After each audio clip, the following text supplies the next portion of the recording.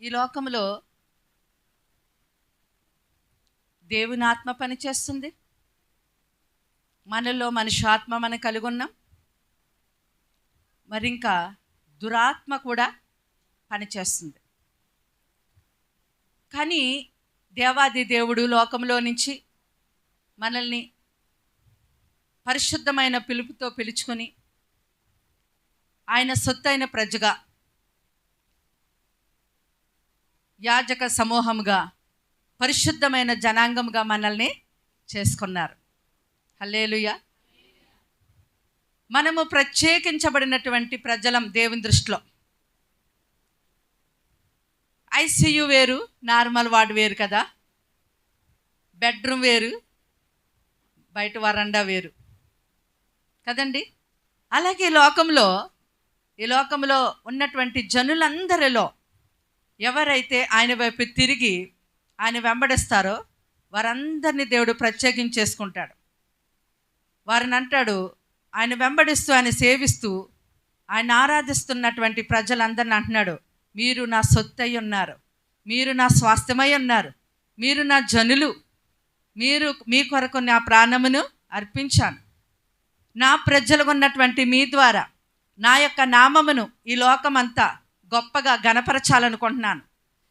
నా యొక్క పరిశుద్ధమైనటువంటి ఆ శిలువ త్యాగాన్ని నా ప్రజలైనటువంటి మీ ద్వారా ఈ లోక జనులకు తెలియచేయాలనుకుంటున్నాను అంటున్నాడు దేవుడు. హల్లెలూయా.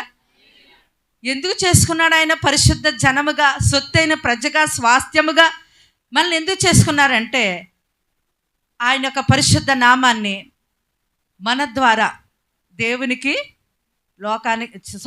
లోకానికి తెలియచేస్తామని ఆయన ప్రజగా చేసుకున్నారు. మరి మన యొక్క ప్రవర్తనలో యేసుక్రీస్తు కనిపిస్తున్నారా? ఒకవేళ నిజంగా కనిపిస్తున్నట్టయితే ఇతరులకు మన ద్వారా దేవుడు పనిచేస్తున్నాడు ఈ లోకంలో. హల్లెలూయా. మన భక్తి ఈ దినాల్లో ఎలా ఉందంటేనండి, మాటల్లోనే ఉంది భక్తి అంతా. ఎలా ఉందండి? మాటల్లో అంటున్నారు ఏంటి అమ్మగారు?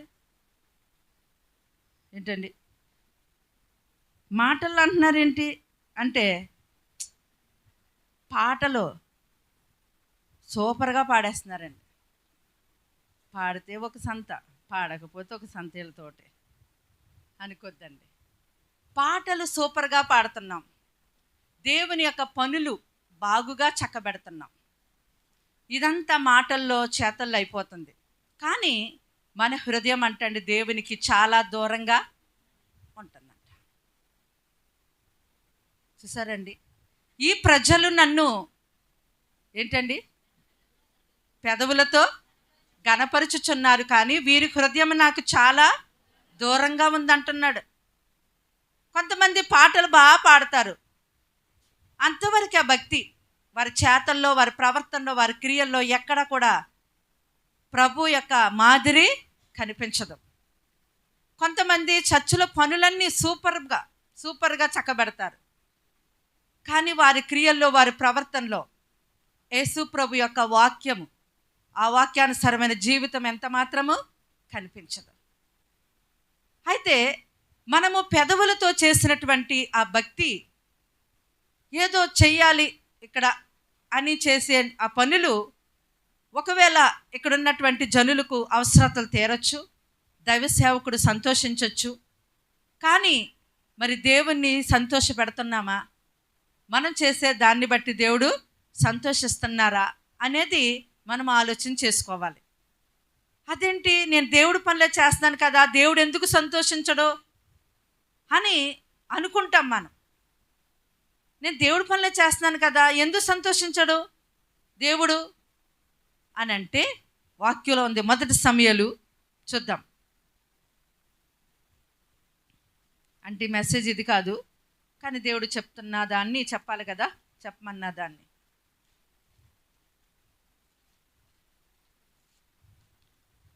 1 సమూయేలు 15:22. అందుకు సమూయేలు తాను సెలవిచ్చిన ఆజ్ఞను ఒకడు గైకొనుట వలన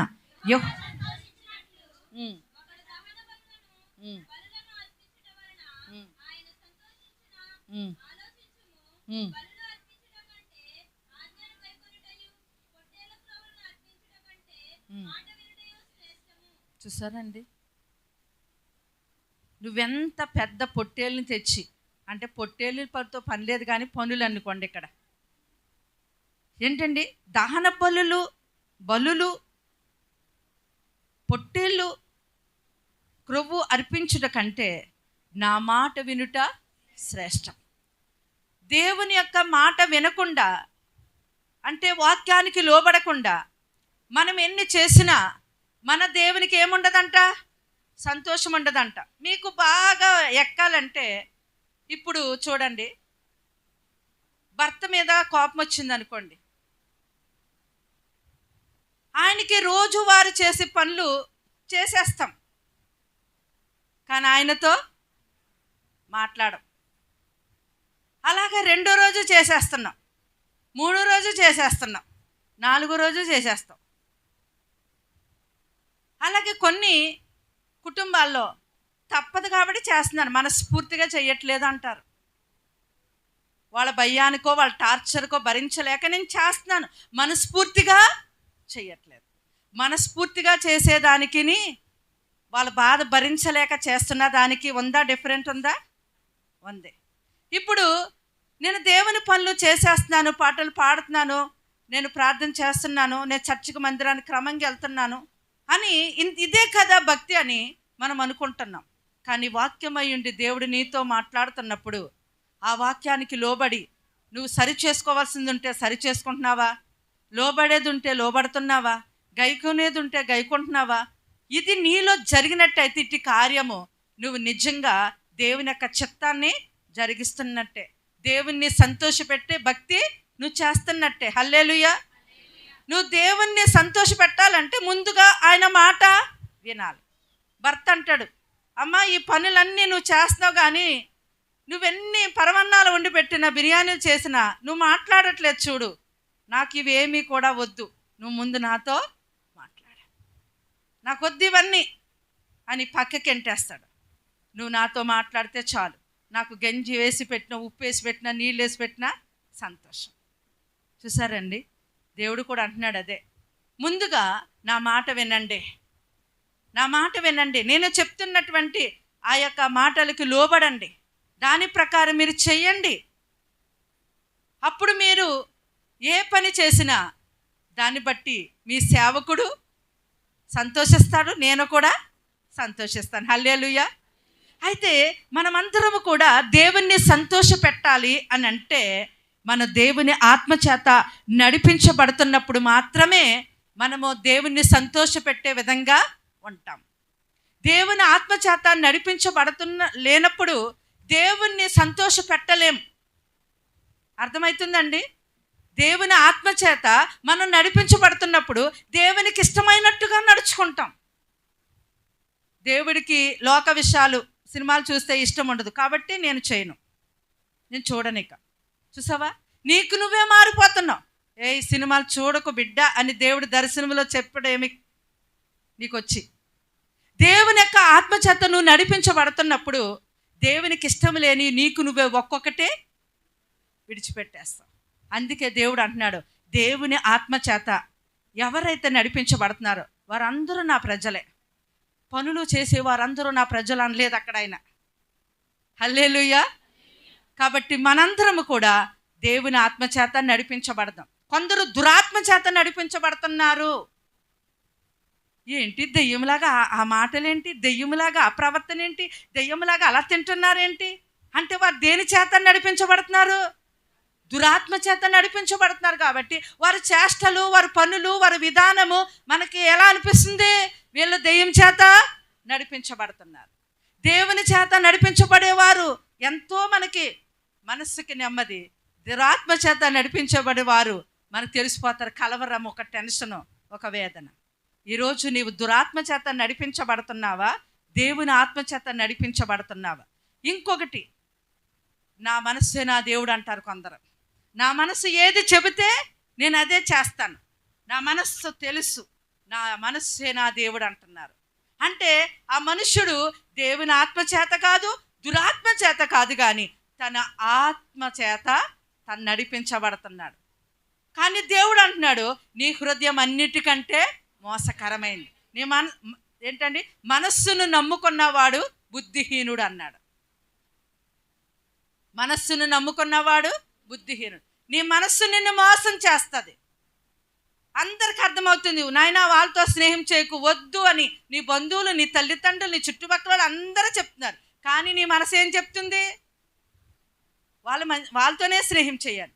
ఈ మనసుని నమ్ముకుని జీవిస్తున్న వాడు ఏం చేస్తాడు? మనసు జమ్మే చేస్తాడు. ఇంకెవరు చెప్పినా వాడికి ఎక్కదు. అంటే వీడు మనసు చేత, ఆత్మ చేత నడిపించబడుతున్నాడు.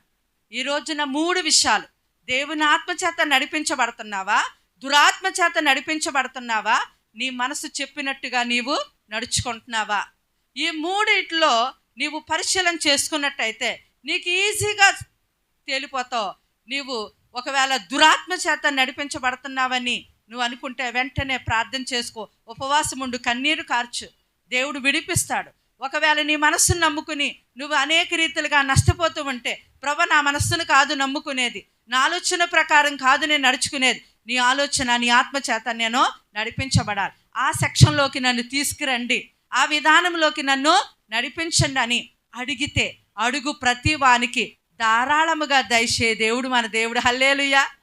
అడగండి రా బాబు నీకు ఇస్తానంటున్నాడు ఆయన. అడుగుడి మీకు ఇయ్యండి. అడగలేకపోతున్నాం, తలుపు తట్టి ఆయనని అడగలేకపోతున్నాం, ఆయన సన్నిధిలో వెతకలేకపోతున్నాం. హల్లెలూయా. వెతికేవారుగా ఉండాలి. అయితే ఈ రాత్రికాల సమయంలో మెయిన్ వాక్యంలోకి వెళ్దాం. దేవుని విషయాల మీద మనసు ఉంచకుండా,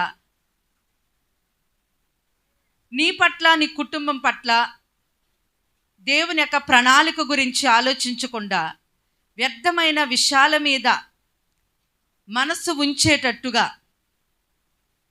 నీవు జీవిస్తా ఉన్నావేమో. కీర్తన రాత్రి చదువుకున్న 24:4.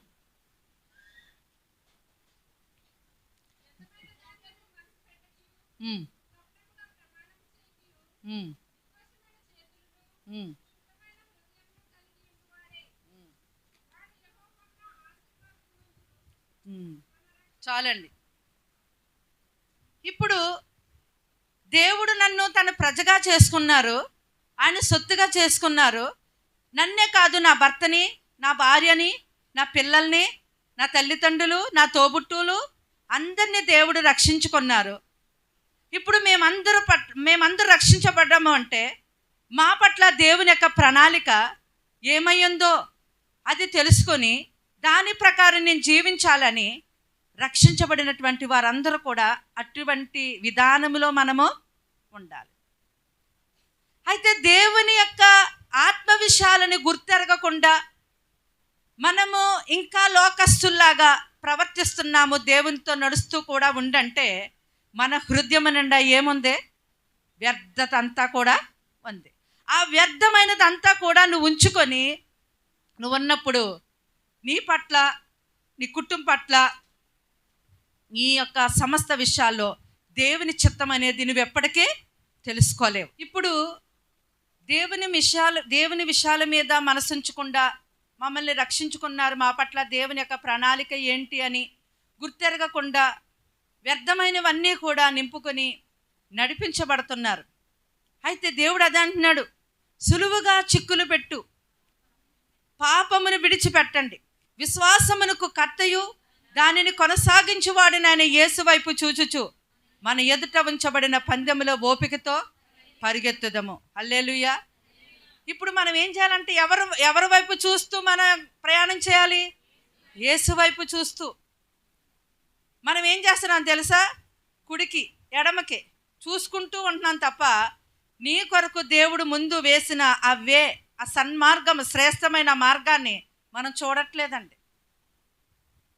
నన్ను ఎందుకు దేవుడు తన ప్రజగా చేసుకున్నారు, నా ద్వారా నా కుటుంబానికి ఏం చేయబోతున్నారు, ఎలాంటి ఆలోచనలు ఉండవు. అయితే ఇప్పుడు వ్యర్థమైనదంతా కూడా మనసులో ఉంచుకున్న ద్వారా యేసు వైపు చూడలేకపోతున్నాము. ఆయన ప్రణాళికను మనము తెలుసుకొని ఆ గురి యొద్దకు పరిగెట్టలేకపోతున్నాం. అయితే యేసు ప్రభు అంటున్నారు, చూద్దాము ఆయన ఏం చేస్తారో చూద్దాం. ఆయన తన ఎదుట ఉంచబడిన ఆనందము కొరకే అవమానము నిర్లక్ష్య పెట్టి సిలువను సహించి దేవుని సింహాసనం యొక్క కుడిపార్శ్వమున ఆసీనుడై ఉన్నాడు. ఇప్పుడు యేసుక్రీస్తు లోకానికి వచ్చారు.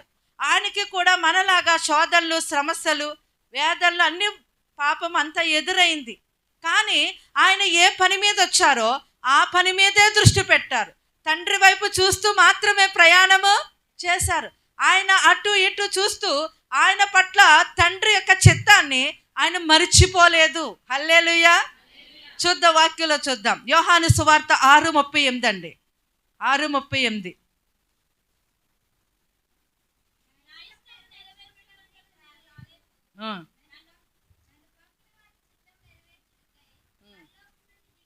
చూసారండి, యేసుక్రీస్తు చెప్తున్నారు సూటిగా, నా ఇష్టము నెరవేర్చుకొనుటకు నేను రాలేదు. నిద్రపోకండి. నా ఇష్టము నెరవేర్చుకొనుటకు నేను రాలేదు, నన్ను పంపిన వాని చిత్తము నెరవేర్చుటకే పరలోకము నుండి దిగివచ్చితిని. ఎంత స్పష్టంగా ఆయన మాట్లాడుతున్నారు. మనం ఏంటి, నన్ను ఎందుకు ఎన్నుకున్నాడో దేవుడు అన్య కుటుంబంలో నుంచి, త్రాగుబోతుని, తిరుగుబోతుని, పాపిష్టి పనులు చేసుకుంటూ జీవిస్తున్న నన్ను ఆయన ఎందుకు ఆయన ప్రజగా చేసుకున్నారు? అసలు ఆయన ఇష్టం నేను నెరవేరుస్తానని ఆయన నన్ను నమ్మి ఆయన ప్రజగా చేసుకున్నారు. కాబట్టి నేను ఆయన ఇష్టాన్ని నెరవేర్చే బిడ్డగా ఉండాలనే స్పృహ అనేది లేకుండా దేవుని ప్రజలు జీవిస్తున్నారని. కానీ ప్రభు అలా జీవించారా? నా ఇష్టం అస్సలే జరగదు, తండ్రి ఇష్టమే నేను జరిగిస్తాను. ఇంకొక మాట చూడండి, యోహాను 8:29 చూడండి.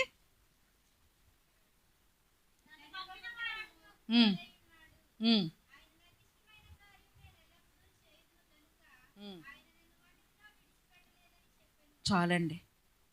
యేసుప్రభు అంటున్నారు, నన్ను పరలోకములో నుండి పంపినటువంటి నా తండ్రి నాకెప్పుడు తోడుగానే ఉంటారు. ఎందుకో తెలుసా? నా తండ్రికి ఇష్టమైన పనులు నేను చేస్తాను కాబట్టి. ఈ మాట అంటే నాకు అసలు ఎంత ఇష్టమో. దేవునికి, యేసేకి ఇష్టమైనటువంటి పనులు చేస్తే ఒక్క నిమిషం కూడా మనల్ని విడిచి ఉండడు ఆయన. హల్లెలూయా. ఈ వాక్యాన్ని బట్టి మనం నమ్మాలా వద్దా? నమ్మాలి. అండర్లైన్ చేయండి మీ బైబిల్లో, అండర్లైన్ లేకపోతే ఇప్పటి వరకు. నన్ను పంపినవాడు నాకు తోడై ఉన్నాడు, ఆయనకి ఇష్టమైన కార్యం నేను ఎల్లప్పుడూ చేదును గనుక ఆయన నన్ను ఒంటరిగా విడిచిపెట్టలేదు. ఆయన తన ప్రజగా చేసుకొని ఆయన పనులు చేస్తావని, ఒక పక్కన నీకు కుటుంబము, నీకు పని, ఉద్యోగము, పిల్లలు అన్నీ ఇచ్చాడు. అవి చూసుకుంటూ, మరి దేవుని వైపు చూస్తూ, మరి నువ్వు నడిపించబడుతున్నప్పుడు, ఆయనకి ఇష్టమైన పనులు నువ్వు చక్కబెడుతున్నప్పుడు, నిన్ను కానీ, నీ ఇంటి వారిని కానీ, నీ కుటుంబాన్ని కానీ, నీకు కలిగిన సమస్తాన్ని కానీ ఒక్క నిమిషం కూడా దేవుడు విడిచిపెట్టరు. నీ పంటను తినే చీడ పురుగులు గద్దిస్తాడు ఆయనకిష్టమైన కార్యమును చేస్తుంటే. హల్లెలూయా. ఎందుకోనండి వచ్చిన జీతం వచ్చినట్టే పోతుంది అంటున్నావు. ఎందుకో పోదు, ఏదో మిస్టేక్ చేస్తున్నావు నువ్వు, అందుకే పోతుంది. ఆ మిస్టేక్ నువ్వు తెలుసుకుని సరి చేసుకుంటే అది ఏం పోదండి, మన దగ్గరే ఉంటుంది. హల్లెలూయా. అయితే ప్రభు అంటున్నాడు, ఈ లోకంలో నేను ఉన్నప్పుడు నా ఇష్టం నేను నెరవేర్చుకోలేదు, నా తండ్రి ఇష్టమే నెరవేర్చాను. నేను ఏ పని మీద వచ్చానో ఆ పని కొరకే నేను జీవించాను. తండ్రి నన్ను ఎందుకు ఈ లోకాన్ని పంపించారో దాని గురించే నేను ఆలోచన చేశాను. నేను తండ్రికి ఇష్టమైనవి చేయుచున్నందున నా తండ్రి నన్ను ఎప్పుడు ఒంటరిగా విడిచిపెట్టలేదు. యోహాను సువార్త 17:4.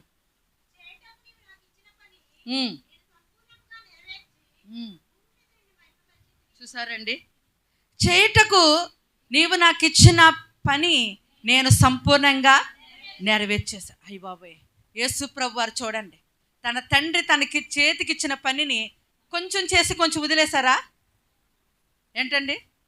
సంపూర్ణంగా అంటే పూర్తిగా తండ్రి ఏం చేయమన్నారో అచ్చంగా, యథార్థంగా, లోటు లేకుండా, మిగల్చకుండా సంపూర్ణంగా కంప్లీట్గా చేసేసారండి. ఈ 3 విషయాల్ని మనం పాటించాలండి. నా ఇష్టము కాదు, ఆయన ప్రజగా మారిన తరువాత ఒక సేవకుడే కాదు, ఇక్కడ ఒక సేవకురాలే కాదు, ఆయనకి సరెండర్ అయిపోయి ఆయనకి ఇష్టమైనట్టుగా జీవించడం. యేసు రక్తంలో కడగబడినటువంటి వారందరూ కూడా దేవునికి ఇష్టమైనట్టుగా మన జీవితాన్ని మార్చుకోవాలి. దేవునికి ఇష్టమైన కార్యములు చెయ్యాలి. ఏంటండి, నువ్వు దేవునికి ఇష్టమైనట్టు కార్యం చేస్తున్నావా, దేవుడు నీకు తోడుగా ఉంటారు. దేవుడు నీకు ఒక కుటుంబాన్ని ఇచ్చి వాళ్ళందరినీ కూడా ప్రార్థనలో నడిపించని ఒక బాధ్యతనిచ్చాడా? వీళ్ళందరినీ పోషించని ఒక బాధ్యతనిచ్చాడా? అయితే నువ్వు అది సంపూర్ణంగా చెయ్యి. మిమ్మల్ని అందరినీ పోషించలేక చచ్చిపోతున్నానని అనుకో. పురుషులైనటువంటి వారు ఏంటండి, మీకు సేకరి చేయలేక చచ్చిపోతున్నానని పిల్లల్ని అనకూడదు. ఏంటండి, నీకు వాళ్ళని అప్పగిచ్చాడు దేవుడు. సేవ ఎలాగ అప్పగిచ్చాడో సేవకులకి, అలాగా ఒక్కొక్కరికి ఒక్కొక్క బాధ్యత. అది కుటుంబం అవ్వచ్చు, ఉద్యోగం అవ్వచ్చు, పిల్లలు అవ్వచ్చు, అది ఏదైనా అవ్వచ్చు. దాన్ని నువ్వేం చేయాలంట? సంపూర్ణముగా నెరవేర్చాలి. దేవునికి లోబడి ఉంటూ సంపూర్ణంగా దాన్ని ముగించాలి. మన పుట్టుక కంటే మన మరణం ఎంతో గొప్పగా ఉండాలి. హల్లెలూయా. యేసు ప్రభు వారి పుట్టుక చూస్తే ఆయన ఒక పశువుల తొట్టిలో పరుండబెట్టారని, అక్కడ జన్మించారని సత్రంలో అని మనం చదువుతున్నాం. అయితే ఆయన యొక్క సిలువ కార్యం చూస్తే అసలు ఎంత గొప్పదండి. ఈ లోకము కొరకు ఆయన తన ప్రాణాన్ని అర్పించారు.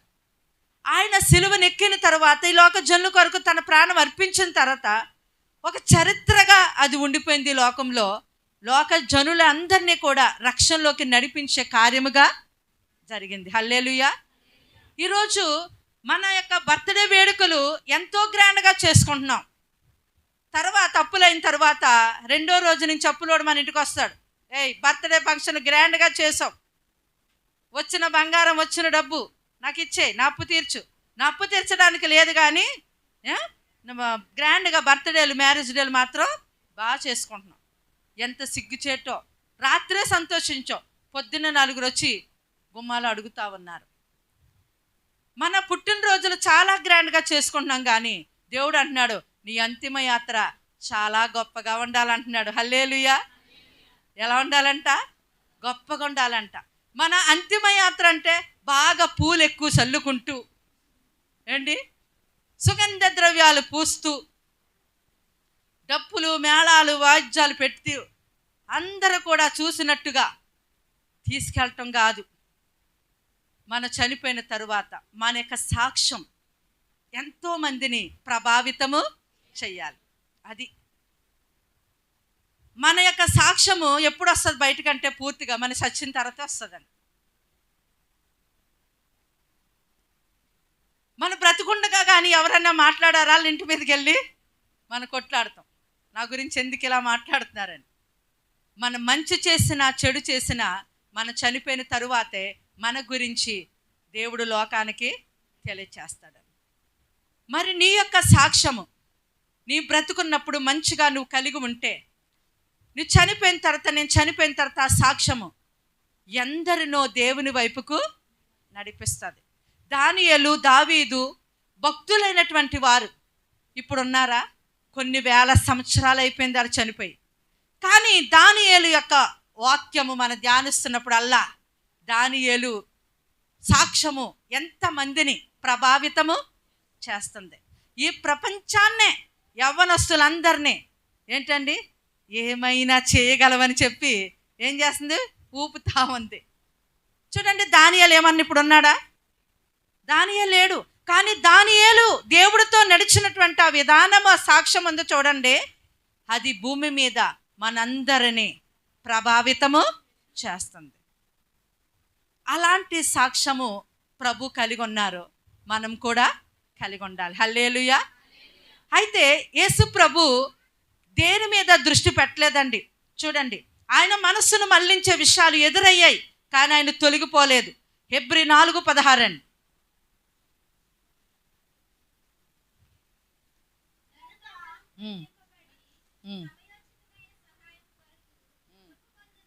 అమ్మా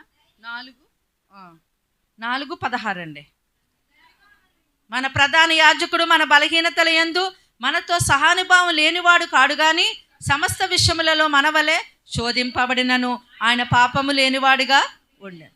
ఇప్పుడు యేసుక్రీస్తు వారు ఒక ముఖ్యమైన పని మీద ఈ లోకానికి వచ్చారు. ఏ పని మీద వచ్చారండి? మీ నోటితో చెప్పండి. యేసు ప్రభు వారి లోకంలోకి వచ్చారు. ఎన్ని సంవత్సరాలు బ్రతికారు? ఎన్ని సంవత్సరాలు పరిచర్య చేశారు? మరి ఏ పని మీద వచ్చారు ఆయన? ఏ పని మీద? సిలువ మీద మరణించి ఈ లోక మానవులకు పాపము నుంచి విడుదల ఇవ్వడానికి, రక్షణ ఇవ్వడానికి వచ్చారు. అయితే ఆయనకంటండి ఈ లోకంలో ఆ కార్యము చేయకుండా ఆయనను మళ్ళించడానికి చాలా సమస్త విషయాల్లో ఆయనకి శోధనలు వచ్చినాయి. కానీ ఆయన ఆ శోధనలో పడిపోలేదు. ఆయన వచ్చినటువంటి పనిని మరిచిపోలేదు, విడిచిపెట్టలేదు, ఆగిపోలేదు ఎక్కడ. హల్లెలూయా.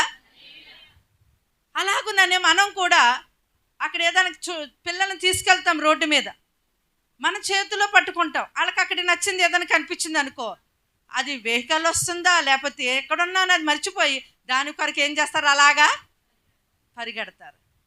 నాన్న బండి వస్తుంది అని అలాగే వెళ్ళిపోకురా బాబు అని తల్లిలో తండ్రో వెనకాల పరుగులు ఎత్తుతారని.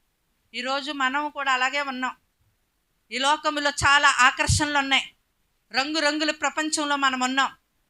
నువ్వు దేంట్లో నిన్ను గురి పెడితే పడతావో లటక్కన సాతానికి బాగా తెలుసు. అది నీ కళ్ళెదురుగుండా తీసుకొస్తుంది, నీ మనస్సులోకి తీసుకొస్తుంది, పదే పదే పదే దాన్ని తలంచుకునేటట్టు చేస్తుంది. అంతే, 10 సార్లు ఆ ఆలోచన వచ్చిందా 11సారి ఆ ఆలోచన బలపడిపోతుంది నీలో. అంతే, దాని ప్రకారం నీవు చేయాలనుకుంటావు. యేసుక్రీస్తు వారు కూడా శరీరధారిగా వచ్చి ఆయన మానవులకి కలిగే శోధనలు ఎలాంటివి ఉంటాయో అలాంటివన్నీ కూడా ఆయనకి ఎదురైనాయి. కానీ ఆయన మాత్రము పాపము చెయ్యలేదండి. ఈరోజు మనకు కూడా ఆయన అంటున్నాడు కనుక, చూడండి 2 హెబ్రీ 2:18, తాను శోధింపబడి శ్రమ పొందెను కనుక శోధింపబడి వారికి సహాయం చేయగలవాడై ఉన్నాడు. అబ్బా, అండర్లైన్ చేసుకోండి ఈ మాట కూడా. ఆయన ఏమంటున్నాడండి? నేను శోధించబడ్డాను. ఒక విషయంలో కాదు, 2 విషయాల్లో కాదు. ఒక బ్రదర్ని అన్నాను, బ్రదర్ ఎందుకు ఇలాగా హెవీగా డ్రింక్ చేస్తున్నారని అంటే, మా ఆవిడ టార్చర్ భరించలేక. ఇంకొక బ్రదర్ అంటున్నారు, అప్పులు. సిస్టర్ మీరు ఎందుకు ఇలాగున్నారంటే, మా ఆయన మంచోడు కాదు అందుకే ఇలా తయారైన. పిల్లలు ఎందుకు ఇలాగున్నారంటే, మా నాన్న నేనేం బైక్ కొనమని అనలేదు, వాచ్ కొనమని. అది కూడా ఇప్పుడు వద్దంటున్నాడు. అటు చూడు 10th రాయల్ ఏంటని ఏమంటారు బైక్, దాని మీద వెళ్తున్నాడు. నాకు పేర్లు తెలియదు. అయితే నేను ఇవే దాని గురించి అంట నాన్నగారు చెప్పింది ఏది అన్నాడంట ఇంకా ఏండి. అయితే ఏదో ఒకటి ఆకర్షించి నిన్ను దేవుని యొక్క ప్రణాళిక మీద దృష్టి లేకుండా, గురి యొద్దకు చేరకుండా నిన్ను తప్పించేస్తున్నాయి ఈ లోకంలో విషయాలు. హల్లెలూయా. అర్థమవుతుందా ఈ వాక్యం ఎవరికైనా? కొందరు నిద్రపోతున్నారు, అందుకు జోలపాటగా ఉందా అని. ఏమండి, కొద్దిసేపు అయితే ఈ కూడిక అయిపోయింది. ఎందుకండి నిద్రపోవడం? ఇంటికి వెళ్ళి నిద్రపోండి. ఏండి, ఈ 3 రోజుల ఉపవాస ప్రార్థనలో నీవు ఎవరన్నా వెళ్ళి అమ్మ 3 రోజులు పొద్దున్న సాయంత్రం తగిలిపోయి బైబిల్ పట్టుకుని ఏం చెప్పారు ఏంటండి చాలా బాగా చెప్పారు. అమ్మగారు చెప్పారు, అయ్యగారు చెప్పారు. సంతోష్ కుమార్ గారు కూడా మధ్య మధ్యలో మంచి మాటలు చెప్పారు. ఏం మాటలు, చాలా బాగా చెప్పారు. ఎలా అద్భుతం. ఎప్పుడు కూడా వినలేదు. చివరికి ఏం చెప్పారో చెప్పరు. ఇంతే. అలా ఉండొద్దండి. దేవుని యొక్క రాకడ ఎంతో సమీపంగా ఉంది. నీ దీపాన్ని సవరించుకో, నీ ఇంటి వారి దీపాలని సవరించుకో. నూనె అయిపోతే నూనె పోసుకో. ఆ దీపం ఒత్తి సరిగా లేకపోతే దాన్ని సరిచేసుకో. అది కింద ఉందేమో తీసి కుంది మీద పెట్టు. ఎన్నో పనులు ఉన్నాయి, ఎంతో సవరించుకోవాలి. దేవుని రాకడలో మన ప్రాణాత్మ దేహాలు నిందారహితంగా ఉంటేనే ఆయనతో మనం వెళ్తాం. హల్లెలూయా. అయితే ఇక్కడ చూసినట్టయితే దేవుడు అంటున్నాడు, నాకు సమస్త విషయాల్లో శోధనలు వచ్చినాయి, కానీ నేను గురి వద్దకు చేరాను. మనం ఏం చేస్తున్నాము? ఏ పనో మర్చిపోతున్నాం. అది చూస్తున్నాం, అటు వెళ్ళిపోతున్నాం, ఇది చూస్తున్నాం, ఇటు వెళ్ళిపోతున్నాం. బ్రదర్ అంటున్నాడు, మా భార్య టార్చర్ భరించలేక తాగుతున్నాను అంటున్నాడు. యేసయ్య అంటున్నాడు, సమస్త విషయాల్లో నేను కూడా శోధించబడ్డాను, కానీ నేను మీకులాగా పాపము చెయ్యలేదు. కాబట్టి మీరు కూడా మరి చేయకుండా ఉండడానికి, ఆ పాపం చేయకుండా ఉండడానికి నేను మీకు సహాయము చేస్తాను. అబ్బా, ఇంత క్రెడిట్ దేవుడు మనకి ఇస్తుంటే అర్థం కాదు మనకి. అంటున్నాడు, ఆ పాపము చేయకుండా నువ్వు ఉండడానికి నేను సహాయం చేస్తాను.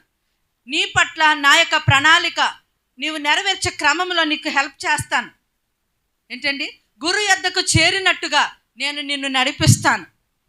హల్లెలూయా అని చెప్తూ ఆయన హెబ్రీలోనే ఇందాక చదివాం కదా, 4:16 కింద చదివాం చూడండి.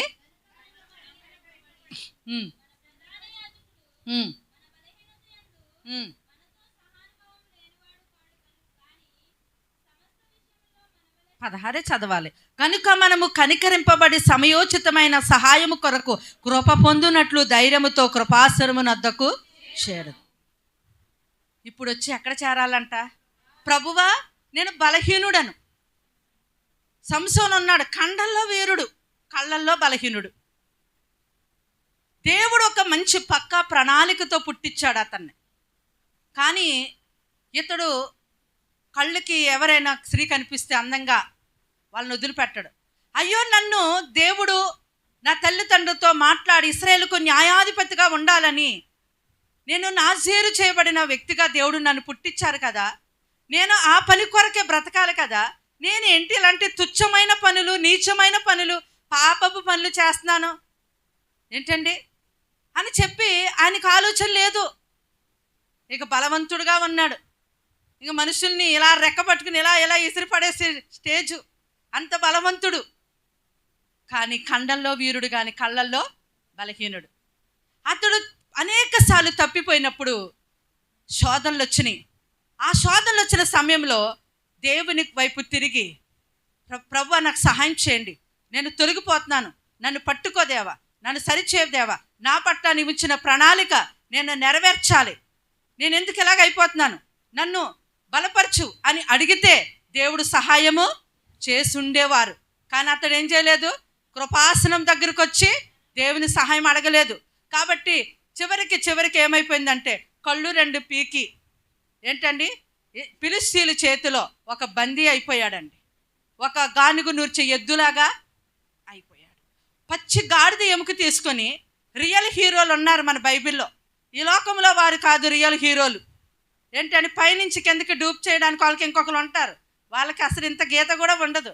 ఆ డూప్ వాడికి డబ్బులు ఉండవు, వాడు సస్తే చచ్చిపోతాడు కూడా. కానీ రియల్ హీరోలు ఉన్నారు, రియల్ హీరోయిన్లు కూడా ఉన్నారు బైబిల్లో. హల్లెలూయా. రియల్ హీరోలో ఒకడు ఎవరు? సంసోన్. అయితే పచ్చి గాడిద యుగం తీసుకొని 1000 మందిని చంపేసి గొట్టేసేసాడండి. హల్లెలూయా. అలాంటి వ్యక్తి చిన్న బలహీనత అతన్ని ఏం చేసింది? పాతాళ లోకానికి తొక్కేసిందండి. నువ్వు ఏదో అనారోగ్యం వచ్చింది, డాక్టర్ గారు ఎక్కడ ఉన్నారు, ఇప్పుడు 103 జ్వరం వచ్చింది, నాకు 103 జ్వరం వచ్చింది అని ఎంత ట్యాబ్లెట్ ఇస్తాడు ఆయన? ఏమండి, ఎంత ఉంటుంది? ఎంత బాడీకి ఎంత సరిపోతుంది? శేఖర్ గారు మీరు మరీ విడ్డూరం అని నేను అన్నాను అనుకో, పారిపోతాడు నా దగ్గర నుంచి. ఎక్కడి నుంచి వచ్చింది? అమ్మ అడుగులోంచి వచ్చింది అమ్మ ఇవిడి. మనలో ఉన్నటువంటి వ్యాధిని తగ్గించుకోవడానికి చిన్న ట్యాబ్లెట్, పెరుగును పాలు తోడేయడానికి ఇంత బిందులో 2 స్పూన్లు పెరిగేస్తున్నాం, తోడుకుంటున్నాయి. ఒక్క విషము చుక్క మనల్ని చంపేస్తుందండి. చిన్న రంధ్రము పెద్దవాడనే ముంచేస్తుందండి. చెద ఎంత మంచి కాస్ట్లీ చెక్కనైనా పొడిగా చేసేస్తుందండి. హల్లెలూయా. చిన్నదే అని అనుకుంటూ కూర్చోకు. ఆ చిన్నదే నీ జీవితాన్ని కబలించి నిన్ను పాతాళ లోకానికి తొక్కివేస్తుంది. దేవుడు అందుకు అంటున్నాడు, నాకు కూడా ఈ లోకంలో శరీరధారిగా ఉన్నప్పుడు సమస్త విషయాల్లో మీకులాగా నాకు శ్రమలో వచ్చినాయి. కానీ నా తండ్రి వైపు చూస్తూ నేను పరుగు పెట్టాను. నా తండ్రి నా చేతికిచ్చిన పనినే చేశాను. నా ఇష్ట ప్రకారం నేను చేయలేదు. నా తండ్రికి ఇచ్చిన పనిని నేను సగం ఇన్కంప్లీట్గా కాదు, కంప్లీట్గా చేసేసాను. మీరు కూడా నన్ను ఫాలో అయితే, నన్ను కాదు ప్రభుని ఫాలో అయితే మనం కూడా నంటండి కంప్లీట్గా దేవుడు మనల్ని ఎందుకు ఒక స్త్రీగా ఒక పురుషుడిగా పుట్టించి మనకేం బాధ్యతలు ఇచ్చారో వాటిని సంపూర్ణం చేసి మనం ఈ లోకాన్ని విడిచి ఆయన దగ్గరికి వెళ్ళడానికి సహాయము చేస్తారు. హల్లెలూయా, దేవునికి స్తోత్రం. అలాగే దేవుని యొక్క వాక్యంలో మనము ఇంకొక వ్యక్తిని చూస్తామండి. యేసు ప్రభు వారు ఒక ఆయన వాక్యము ఎలా చెప్తుంటే అన్నారు, ఆయన దేవుడు కాబట్టి దృష్టి మళ్లించకుండా ఆయన దేవుడు కాబట్టి పాపాన్ని జయించి అపవాన్ని జయించి అన్ని జయించాడు. దేవుడు కాబట్టి మనిషి ఎవరన్నా ఉంటే చెప్పండి మేడం అన్నాడు. నేను చెప్పాను, మీకు కూడా చెప్తున్నాను. హల్లెలూయా. చూడండి, నెహెమ్యా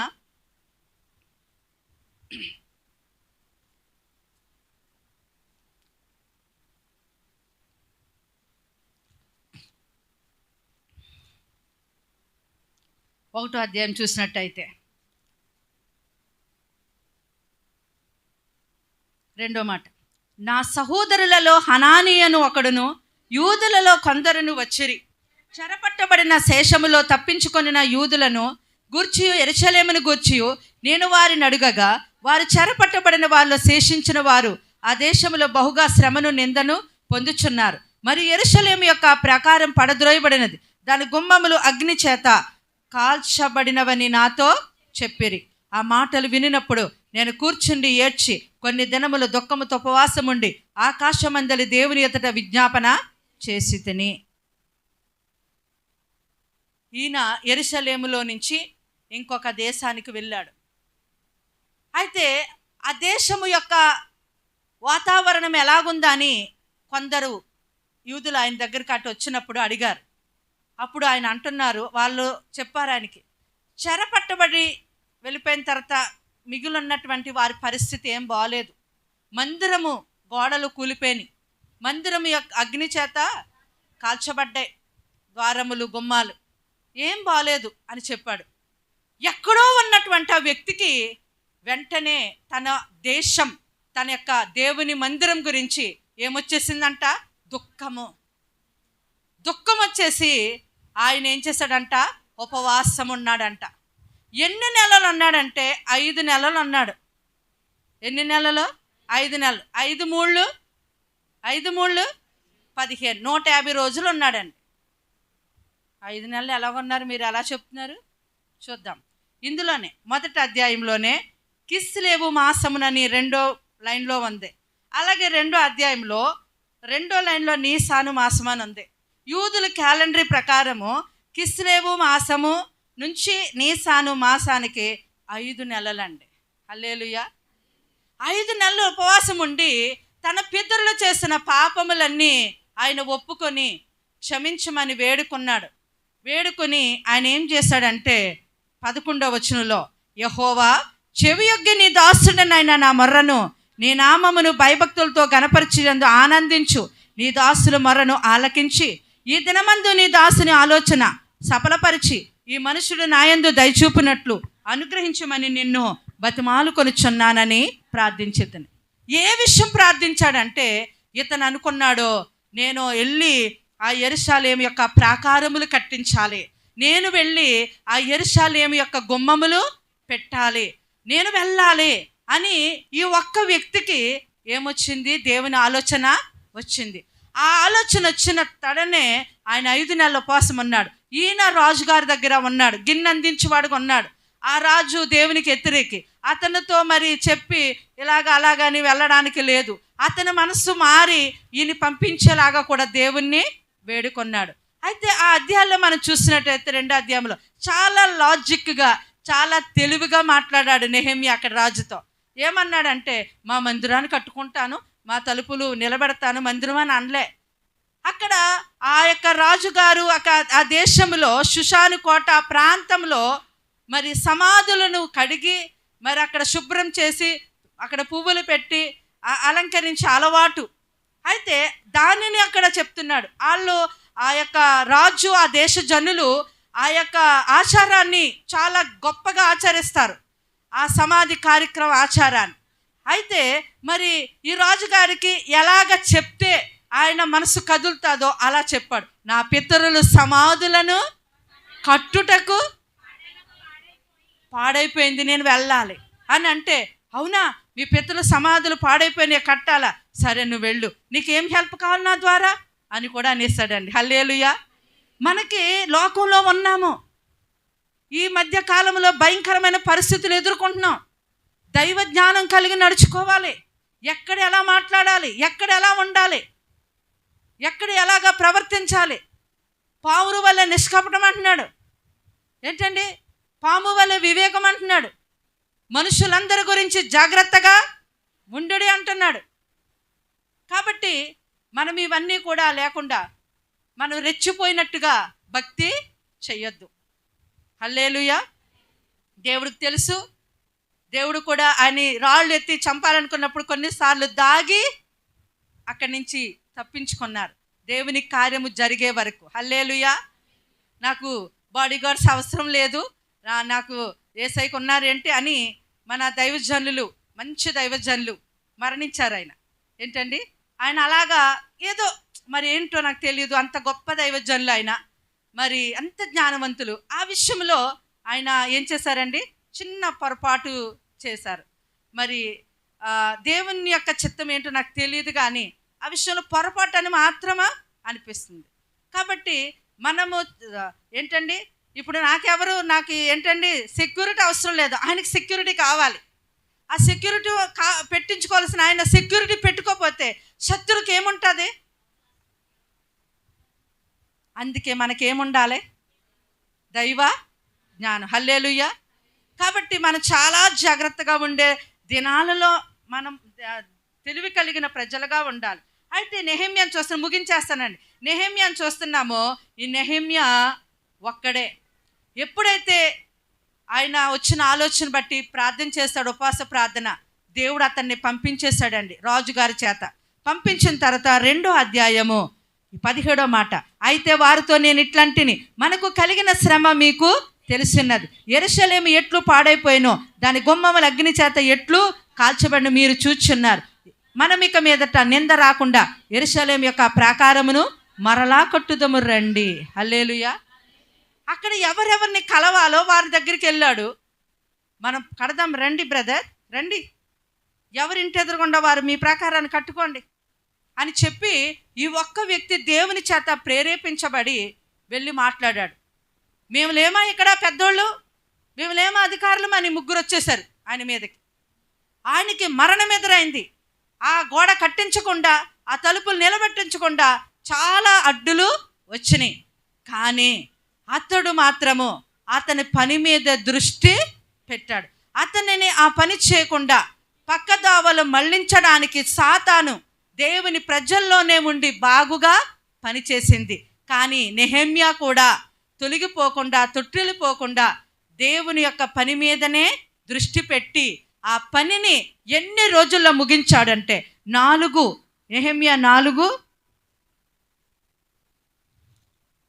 6:15 ఈ ప్రకారముగా ఏలూలు మాసము 25 దినమందు అనగా 52 దినములకు ప్రాకారమును కట్టుట సమాప్తమాయను. హల్లెలూయా. 52 రోజుల్లో కట్టించేశాడు అంతే. నెహెమ్యాకి పని చేయడానికి ఎంతమంది పోగు పడ్డారంటే అక్కడ ఎంతమంది అనుకుంటున్నారు మీరు? 50 మంది అంటారా? 100 మంది అంటారా? 1000 మంది అంటారా? 2000 మందా? 3000 మందా? 5000 మందా? 1,00,000 మంది. హల్లెలూయా. 1,00,000 మంది ఆయనకి సహకరించారండి.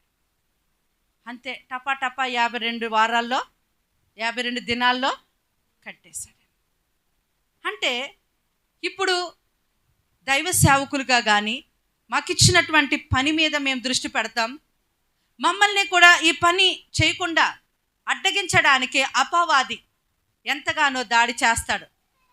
అటు ఇటు అధికార రూపాలు గొప్పలు పొగడాలి సేవకులకి, కొందరికి అందులో పడిపోతారు. కొందరు ధనం డబ్బు పిచ్చి వచ్చేస్తుంది పడిపోతారు. కొందరు వ్యామోహాలు పడిపోతున్నారు, ఎక్కడో ఆగిపోతున్నారు, గురి యొద్దకు చేరటం లేదు. యేసు ప్రభు గురి యొద్దకు చేరారు, సంపూర్ణంగా పని నెరవేర్చారు. నెహెమ్యా కూడా దేవుని యొక్క పనిని నెరవేర్చేశాడు. దేవుని స్తోత్రం. అలాగుననే ప్రతిరోజు ప్రభు నాకు ఇచ్చినటువంటి పనిని నేను దృష్టించుచున్నాను, నేను దానిని కంప్లీట్ చేయాలి. అప్పుడు వరకు నా చెయ్యి విడవకయ్యా తండ్రి, నేను కుడికి కానీ ఎడమ కానీ తొలగిపోకూడదు. నాకేమైనా పర్వాలేదు, నీవు నాకు సహాయం చే దేవుడిగా ఉంటానని వాగ్దానం చేస్తావు. కాబట్టి నెహెమ్యాకి సహాయం చేసావు, నాకు కూడా సహాయం చేయండి. నెహెమ్యా ఎంతటివాడు ఏంటండి, షుషాను కోటలో ఒక పనివాడు. మనం కూడా పనులు చేసుకున్న, మీ పనులు వదిలిపెట్టుకుని దేవుడు పనులు చేయమని ఎవరు చెప్పట్లే. మీ పనులు చేసుకుంటూ ఉంటూనే మీరు దేవుని యొక్క పనులు కూడా చెయ్యండి. వాక్యం ఉంటుంది, ప్రతి ఒక్కరు తమ సొంత కార్యములనే కాదు యేసుక్రీస్తు కార్యములను కూడా చూడవలెను. పౌలు అన్నాడు, దేవుని పనులు కూడా చూడాలి. ఇప్పుడు నాకు ఎన్నో పనులు ఉంటాయి. మా పాస్టర్ గారు డ్యూటీ చేస్తారు, ఇస్సాక్ గారు దేవుని పని చేస్తున్నారు. వాక్యం చూసుకోవడానికి టైం లేదు, బస్సులో చూసుకున్నారు. నిన్న ఇవాళ చెప్పింది, దేవుడు సహాయం చేయలేదా? వారం ప్రయాణమే వస్తున్నాను, ఎన్నో ఆటంకాలు, బ్యాగ్ తీసుకుని బస్సులో కూర్చుని వరకు నాకు ఆటంకాలు వస్తానుంటాయి. కానీ నాకు ప్రయాణంలో అడ్డంకులు ఉంటాయి, కానీ నా యొక్క రాక విలువైంది అన్నాడు దేవుడు. హల్లెలూయా. నేను ఆ విలువైన దానినే చూస్తున్నాను, కానీ నా ఇబ్బందుల మీద నేను దృష్టి పెట్టడం లేదు. ఇబ్బందుల మీద దృష్టి పెడితే ఆయన పనిని ఎప్పటికీ చేయలేము. హల్లెలూయా. చిన్న ప్రార్థన చేసి ముగించేస్తున్నాను. అంటే ఇప్పుడు మనం నేర్చుకున్నది ఏంటండి, దేవుడు నీ పట్ల కలిగి ఉన్న ప్రణాళిక మీదే దృష్టి పెట్టాలి, వ్యర్థమైన వాటి మీద దృష్టి పెట్టకూడదు. నీ దృష్టిని మళ్లించే విషయాలు ప్రతిరోజు నీకు ఎన్నెన్నో ఎదురవుతూ ఉంటాయి. యేసుప్రభు వారికి కూడా ఎదురైని ఆయన తొలగిపోలేదు, మనం కూడా తొలగిపోము అంటున్నారు. ఎవరు? యేసయ్య. ఎలాగంటే, నీవు నన్ను వేడుకుంటే, నా సహాయం కోరినట్టయితే నీవు కూడా తొలగిపోకుండా నీవు నా పనిని సంపూర్ణంగా నెరవేర్చగలుగుతావు. హల్లెలూయా. ప్రార్థన చేసుకుందాం. ప్రభువా, నీకు వందనాలు, స్తోత్రాలు, స్తుతులు చెల్లిస్తున్నాము తండ్రి. ఈ రాత్రికాల సమయమందు వాక్యమయ్య నా దేవుడు అయ్యా, ప్రతి ఒక్క మాట మీదే